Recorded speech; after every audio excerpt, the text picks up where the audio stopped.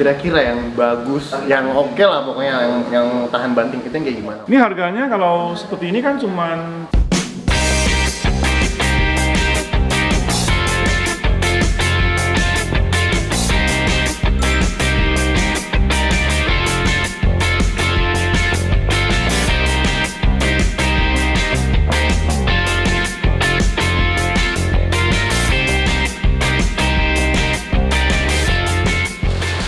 Nah, ketemu lagi nih, udah lama banget ya saya nggak ada vlog barunya nih.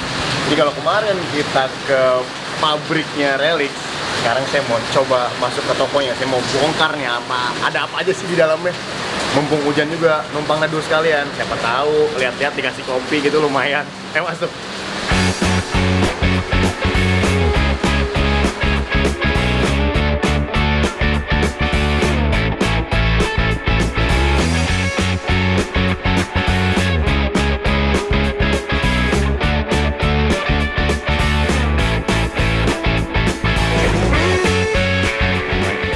Om,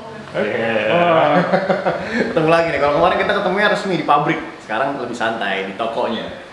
Kita mau lihat hasil yang udah dari pabrik nih keluar, masukin ke toko ini.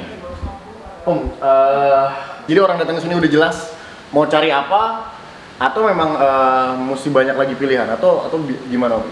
Konsepnya di tokonya ini? kita sebetulnya nih toko pertama juga representatif dari Relix Nusantara sendiri buat sebagai service center. Jadi sekalian lah kita lengkapin produk-produk ya.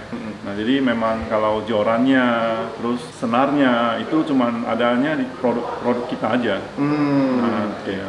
Tetapi kalau yang lain-lain seperti aksesoris dan lainnya ya kita juga lengkapin supaya teman-teman kalau pas kesini itu ada. Sekalian. Ya lengkap lah maksudnya, walaupun mungkin lengkap secara fungsi ya, jadi nggak bisa lengkap secara misalnya, oh saya mau brand A, brand B gitu loh, semua itu ya kita mungkin mohon maaf, toko kita nggak cukup besar untuk menyiapkan hal gitu.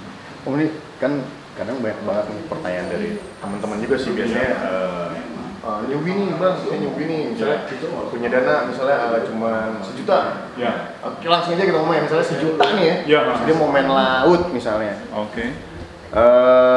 Menurut Om Rifai nih ya, yang bagus lah ya, yang udah oke lah. Terus biasanya kan kalau newbie perawatnya masih agak kurang, atau kita juga kadang-kadang agak jorok lah ya. Kalau saya jujur berangkat semangat nih Om, nyiapin semuanya kita bersihin. Tapi ntar pas pulang udah males banget lah.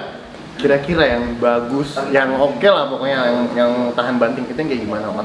Atau kalau ada contohnya yang seperti apa sih gitu?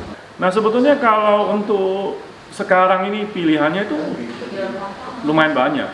Kalau misalnya kita ambil barang ini Om, misalnya kira-kira apa yang 1 juta lah ya, atau 1 juta sama tali udah pokoknya lengkap lah, tinggal mancing berarti gitu ya? Ya, berarti misalnya kan sekarang ini kalau misalnya kayak begini capung aja ya kita bilang ya. Oke. Nah ini harganya kalau seperti ini kan cuman 330.000. Oh, 330.000. 330.000. Nah, kita sebetulnya kalau di toko kita buat misalnya railnya ya, kita recommended di sini kan 2, Shimano, Okuma. Nah itu sebetulnya produk yang sangat reliable buat dipakai itu buat mancing di laut gitu loh. Jadi sudah nggak ada problem misalnya pulang 1 kali berkarat gitu loh, biasanya sih enggak Enggak ya? Nah, kecuali seperti yang tadi kita bilang ya, kalau sampai kerendam Ya, gitu ya kerendam. itu ceritanya lain gitu. Pasangannya kira-kira buat capung ini real berapa? Ini biasa rel 1000. Oke. Jadi misalnya alternatifnya ini kan, kalau ini kan berarti 320 tambah 310 ya. Ya, 310. Itu berarti lebih kurang 640. Ini kan udah dapat 1 set. Iya. Dan ini termasuk yang kalau kita bilang yang mumpuni gitu loh, yang bukan abal-abal gitu ya. Nah, Tinggal tali aja ya gue. ya, jadi Indonesia itu susahnya gini. Berapa meter, berapa kilo sih? Berapa kilo ke kiri, ke kanan, ke atas, ke bawah itu semua kenanya asin semua gitu loh. Iya. Jadi kalau dibilang ya ini khusus freshwater susah. Iya benar. Gitu. Nah, makanya kita di sini kita pick bener-bener maksudnya yang produknya yang memang bener-bener dari sisi windingnya, dari sisi gearnya sudah kuat gitu loh. Nah ini barangnya kalau dijual second tuh masih Masih oke lah ya. oke, masih maksudnya dapatnya biasanya rugi-rugi 20% lah Nah, gitu. masih oke Oke ya. dong. Masih oke. Habis itu mau upgrade ke Lebih-lebih yang Sultan. Sultan. jadi Om Rifai ini bahasanya kalau misalnya medium ke atas itu udah sultan. Yang barang-barang premium udah sultan bahasanya. Kalau aslinya kalau si capung ini buat PE berapa? Ini PE sebetulnya 0,5. Kalau Oh. recommended kita pasti 0,5. Oh. Tapi buat PS1 buat newbie masih oke lah Pak, ya? Oke. Dragnya disesuaikan, drag kan di sini. Dragnya kita sesuaikan bagaimana supaya dia begitu kena tertentu Ikan, ikan kalau ditarik dia bisa melepas senar sendiri kan gitu. Ya, bisa keluar ya, jadi kan? nggak terlalu Nah. ini ya Pak ya. Ya, terus bandingan joran lah. Oh iya. Bandingan jorannya kita jangan main Maksa seperti ya, Pak, ya. yang Nah. apa yang medium kan. Nah ini juga nih, bener juga nih Om Rifai nih. Jadi jangan nyalahin jorannya atau nyalahin alatnya ya kok kalau misalnya putus atau patah dan patahnya nggak normal ya, ibaratnya patahnya nggak normal. Kalau patahnya normal kita masih berarti emang ikannya mungkin terlalu besar atau kitanya agak lengah ya kok. Nah kalau misalnya kita patahnya nggak normal itu bukan nyalain alatnya tapi cara mainnya kita tuh seperti apa gitu. Jadi kita sesuaiin lah cara mainnya. Kalau main ikannya besar ya, kalau ikan besar alat kecil kita sesuaiin juga cara mainnya, nggak main paksa gitu aja. 1 juta lah cukup lah ya, udah ya. Ini Cukup banget ya. misalnya, iya. Ini kan 30, 57. Ini pilihannya kan ada misalnya yang ceking itu cuma 0,8 70.000. itu ibu arah ya harganya. Iya, kalau ini kan 200. 200.000. Oh iya panjangnya juga beda ya.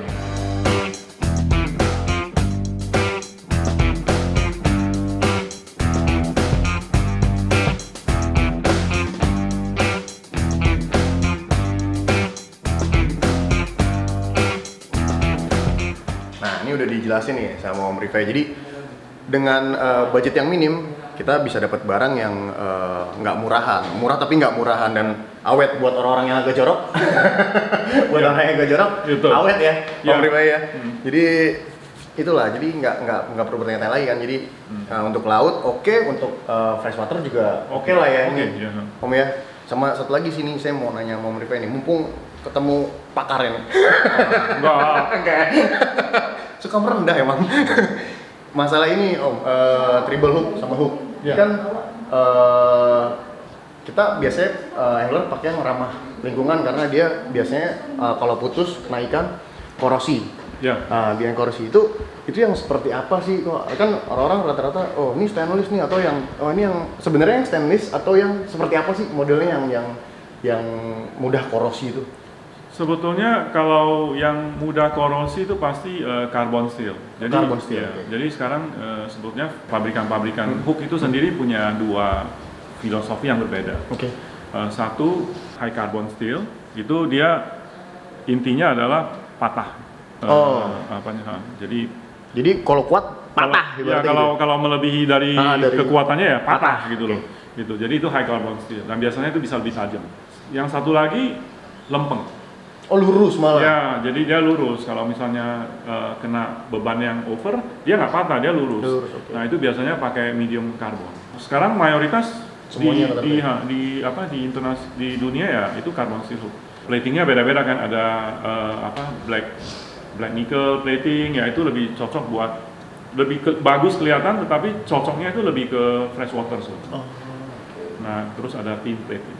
Oh. Thin plating itu lebih awet lah terhadap misalnya korosi kalau misalnya kita bawa ke saltwater. Nah, tetapi kalau misalnya dia kena misalnya kena ke ikan ya hancur juga sih. Oh tetap hancur ya. Tetap hancur. Harganya juga nggak sama aja kok, maksudnya nggak. Sekarang sih orang lebih prefer ke carbon steel karena dari sisi kekuatan juga lebih baik daripada Stainless. yang stainless. Jadi Stainless nggak dapet kekuatannya masih di bawah.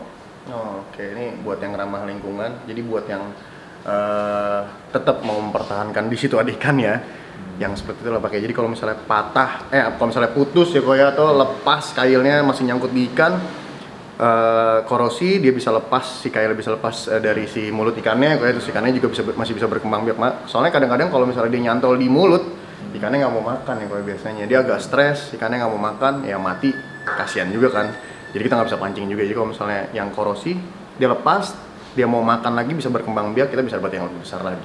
Om, tips lah Om buat ngerawat triple atau hook biar ya minimal bisa dipakai beberapa kali lah, nggak karat lah gitu.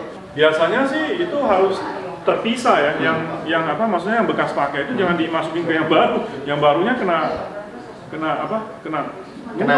karatnya itu ya? Karatnya, iya. Oh, jadi emang Jadi harus dipisahin dan nanti keringin. setelah pakai pokoknya jangan kecampur sama yang baru lah ya, tempatnya Ya, bisa beda tempat. Iya, pasti. Oh, keringin dulu, cuci dulu, kering. Kering nggak baru. Kalau mau. Tapi pasti karat nggak sih Om kalau yang udah dipakai? Berapa Belum persen? pasti. Oh, nggak pasti juga ya? Belum pasti. Oh, kalau dicuci bersih, kering benar-benar kering itu lebih awet lah ya dibandingin kita langsung taruh. Saya kemarin ada pengalaman Om, jadi jalan sama nelayan, Ya. dia tuh hook-hooknya itu dia masukin di beras. Jadi dia tempatin beras satu tempat itu satu ples, dia isi beras terus dia masukin hooknya gitu. Itu efektif. Logis ini. Oh, logis ya? Logis ya. Jadi sebetulnya kan yang bisa menyerap kelembapan itu yang benar-benar dibuat untuk itu ya. Itu desiccant beet. Oh, iya. Tapi sebetulnya beras itu memang banyak dipakai itu ya, dipakai kita untuk bisa juga menyerap kelembapan gitu. Contohnya HP. Kalau basah kayak Kalau lagi biasanya kecebur gitu. Masukin. Ya itu masukinnya biar apa? Biar nanti dari airnya diserap sampai kering baru kita hidupin lagi. Nah, jadi kalau dalam hal ini juga mungkin tipsnya menarik ya. Jadi kalau misalnya hooknya itu sudah kena basah begitu, ya bisa kering gitu. Jadi logis. Oh, oke ternyata. Cuman jangan hati-hati lah ya keselamatannya. Habis itu dimasak lagi. Wah, keren juga nih. Jadi seru juga nih. Jadi ternyata banyak ilmu yang didapat nih. Bukan cuma dapat set alat murah tapi nggak murahan, sampai ternyata ada beberapa tips yang berguna banget buat kita. Ya. Oh ini Bang Cepi dari Mancing Mania ya? Saya baru ingat. Ya udah ini tolong Pak dilayani dulu Pak. Ya, urusan dia. Ini yang bosnya yang mana sebenarnya? Nih, Semua aku bos. nih Pak bercanda Pak. Ini mumpung ada orang ya. Ternyata ini juara dunia ya. Juara Iya, kedua. juara kedua. Wilder Road. Pesertanya 2. Juara dunia dari Indonesia dan kita harus bangga. Dan Jadi kemarin lombanya itu 14 peserta wih, dari seluruh Amerika, Europe ikut, Asia cuma saya. pasti mas ya. Oh, yang ini ya. Jepang nggak ikut ya?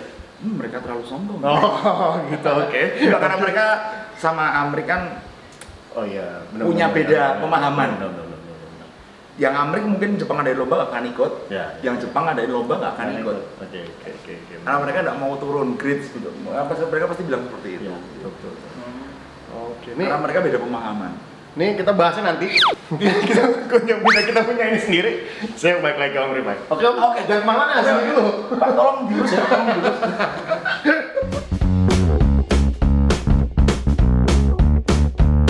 Nah, di vlog berikutnya, saya bakal review beberapa produk dari Relic Nusantara.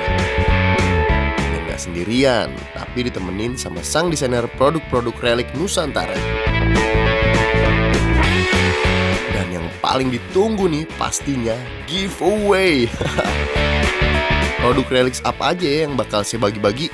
Makanya jangan sampai kelewatan vlog saya berikutnya. Subscribe sekarang juga dan klik tombol loncengnya.